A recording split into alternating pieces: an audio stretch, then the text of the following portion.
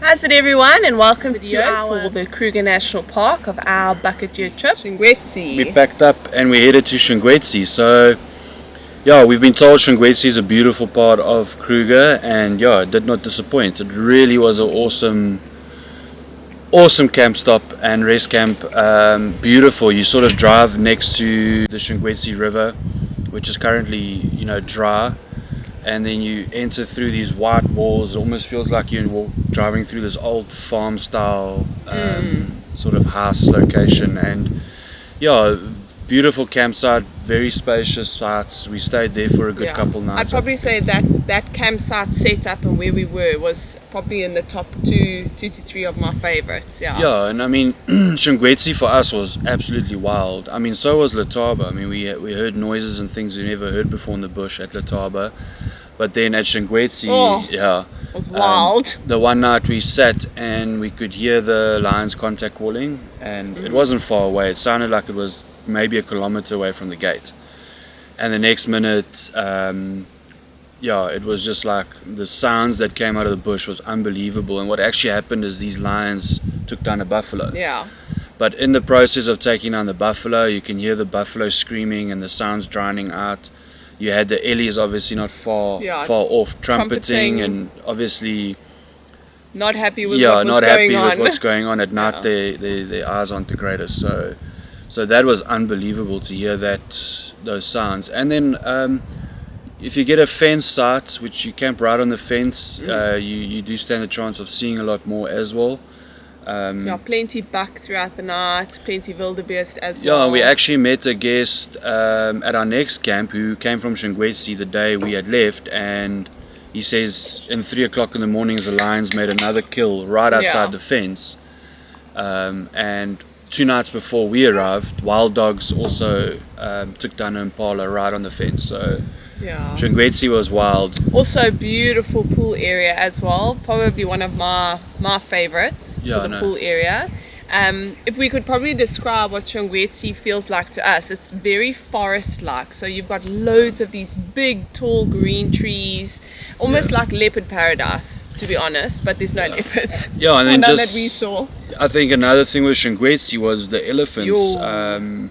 We've never experienced elephants that grumpy before. We got mock charged 3 or 4 times. Not at our fault. I mean, we are cautious. We approach very slowly. We don't sort of enter their space too quickly. But because of the vegetation, it's very thick. You sometimes limited water as well. Yeah, there's limited water. You can find yourself in the middle of a breeding herd without even noticing it. And that happened to us 2 or 3 times. And you just got to stay calm in those situations. Meg's not driving through that. I'm quite comfortable. Just I like to think that I understand the elephant. But Meg's he does do pretty well. I would probably have an absolute meltdown in front of that. Steering wheel. Meg's was freaking out, and Riley was a little bit scared of the cheeky elephants. But Teapot and myself, Tora, we were enjoying it. So just remember, as you go north, the ellies do get a little bit more aggressive, and it's also they see less cars, and I mean that's what we noticed. We started seeing less and less people as we started going north. I would say in terms of what the park, from a landscape point of view, the north is just you can't compare the south to the north. I mean, the south is beautiful and your sightings are far greater, but the north is just like unbelievably beautiful. And so we packed up at Shingwedzi, and then we headed off to Punda Maria, which I can confidently say is probably my most favorite camp out of all the camps we've been to. No, it really is. It's such a beautiful area, something different as well.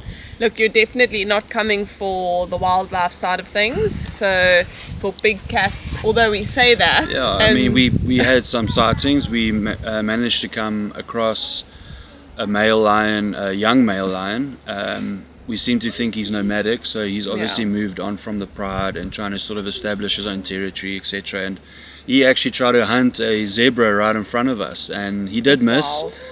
You can see why they leave the hunting to the females. He wasn't very good at it, but you can see he looks extremely healthy, so he obviously is successful in some sense. But yeah, we were absolutely spoiled. And as you enter Punda Maria, you start seeing different birds. The terrain changes all over again, and just the bird life up here is just like I'm into birding, like I was into birding, but since we've come up more north, like I have found such a joy in it just because of the types of birds. Like you see it on the app and you want to get it and stuff, but you almost think to yourself like it's probably near impossible because you can't see them because the trees are so thick.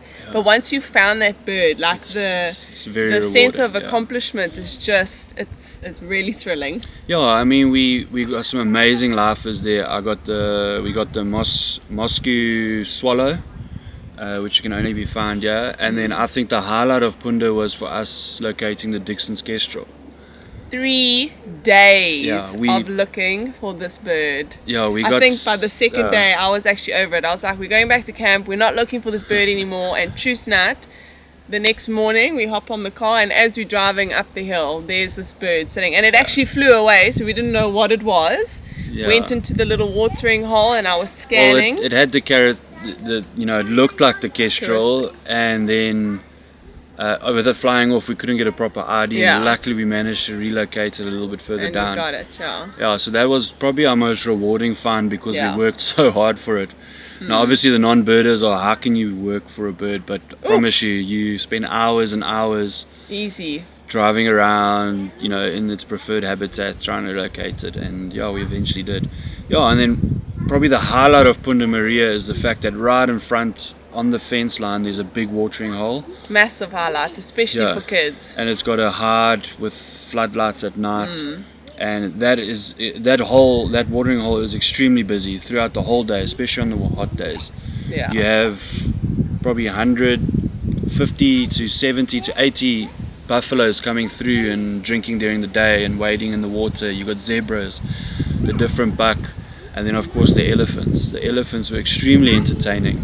And they come very close, so they stand where you sit in the hide. You've obviously got the water hole in front of you, and they're sitting on this side, on the land between the hide and the water. So they're right there. I would say it's maximum 8 to 10 meters away from you. So. And they're a little bit grumpy as well, especially with the light at night. So they're shaking their heads and growling and grumbling at each other quite often, which is quite an experience for us being so close, and obviously the kids as well. Yeah, so I mean the watering hole is a huge part of Punda Maria. So facilities wise, you can see they probably do for a little bit of an upgrade.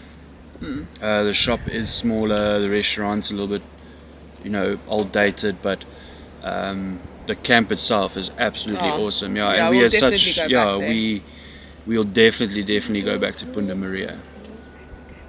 And then we basically finished up at Punda Maria, and what was quite cool is we packed up, we drove out on our way to Pafuri Border Camp, which I was extremely excited for. And right in front of us in the road, it was brief, but running right across the road was a leopard.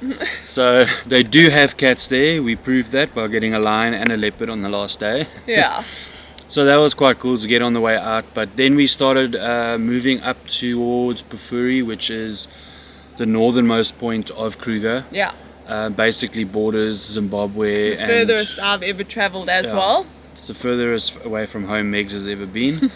And we were close to, obviously the borders was Zimbabwe and Mozambique. So the camp we booked at was actually referred to us by a friend of mine, avid birder, and it's called Pafuri Border Camp, and that's basically where we at now. And right behind us here, just behind this tree line, is basically the border to Mozambique. You can probably hear the Jenny running in the background, but you're right on the border. And the landscape here is absolutely unbelievable. It's beautiful out here. Massive fever tree forests. You've got the Lavuvu River, which is just so much life in it. And you have very much more of a forest type feel, like woodlands. So you're driving through these thick forests. Obviously the bird life is just unmatched. Even the accommodation here is just, it's very farm-like style. I said to Vince when we arrived, I almost feel like we've we found an abandoned village, and it's like ours for the taking, because it's the old farmhouse styled homes. Everything's gas and off the grid. Like it's like the wraparound verandas. Yeah, it's so divine. Yeah, so it used to be used by the mining companies to do recruitments for labor. Yeah, for the Mozambicans to come and work in mines. South Africa. But there's, I think since 2015, changed it to a rest camp now, and it really is. It's got a pool. You are a lot more off the grid, so there's no shops, no petrol station, no signal. There's zero signal here, and you have power from 3 o'clock in the afternoon to about 10 o'clock the next morning. Yeah. Then they switch the generator off. But needless to say, you actually, as much as the camp is amazing, you want to spend your time sort of out in the forest, exploring Kruger's Corner, which is obviously a highlight of our trip so far. Yeah, where you can see the 3 countries from one point. So you've got South Africa, you've got Mozambique to your right, and you've got Zimbabwe to your left, which was a lovely thing to look at. But I'd probably say Pafuri's like a birder's paradise. Like if you're into birding, this is the place you have to be. So Carl, the guy that drives us around, he is awesome, brilliant. Yeah, and we ticked off some birds that you can only sort of find in this area, like the Meave starling. We obviously got the Holy Grail, which is the Pels fishing owl. Yes. Which I promise you, just looking for that bird alone is something I will never ever forget. That was absolutely special. And then finding him, very intimidating owl. Go and Google it if you don't know what the Pels fishing owl looks like. Yeah, so that was literally on top of our list in terms of birds. Like we thought if we don't get it here, we might be able to get it in Chobe when we head to the northern parts of Botswana. And but we got lucky. We got African wood owl, we got the 3-banded corsair, we just got absolutely phenomenal birds. The Bohm spinetail, the mottled spinetail. So Pafuri on a whole, I would have to say for me to end Kruger here has just been perfect. Definitely my favorite camp. It's not camping, but the facilities are great, and then just the land structure around you, the way the environment is just absolutely the most beautiful place I've probably ever visited. So that's basically the camps in the northern Kruger that we visited. Thankfully the weather's been brilliant for us. We've literally had maybe 2 nights of rain since we've arrived at Kruger. So the weather's been kind, extremely hot, so just be prepared, it gets extremely hot, especially as you start heading more north. But don't expect to see massive game here. But if you are into any sort of birding or just really want to experience a beautiful part of Africa, then Pafuri should be high up on your list. So as always guys, thanks so much for tuning in and watching our videos. We hope you enjoy this one. Thanks guys, hope you enjoy. Cheers.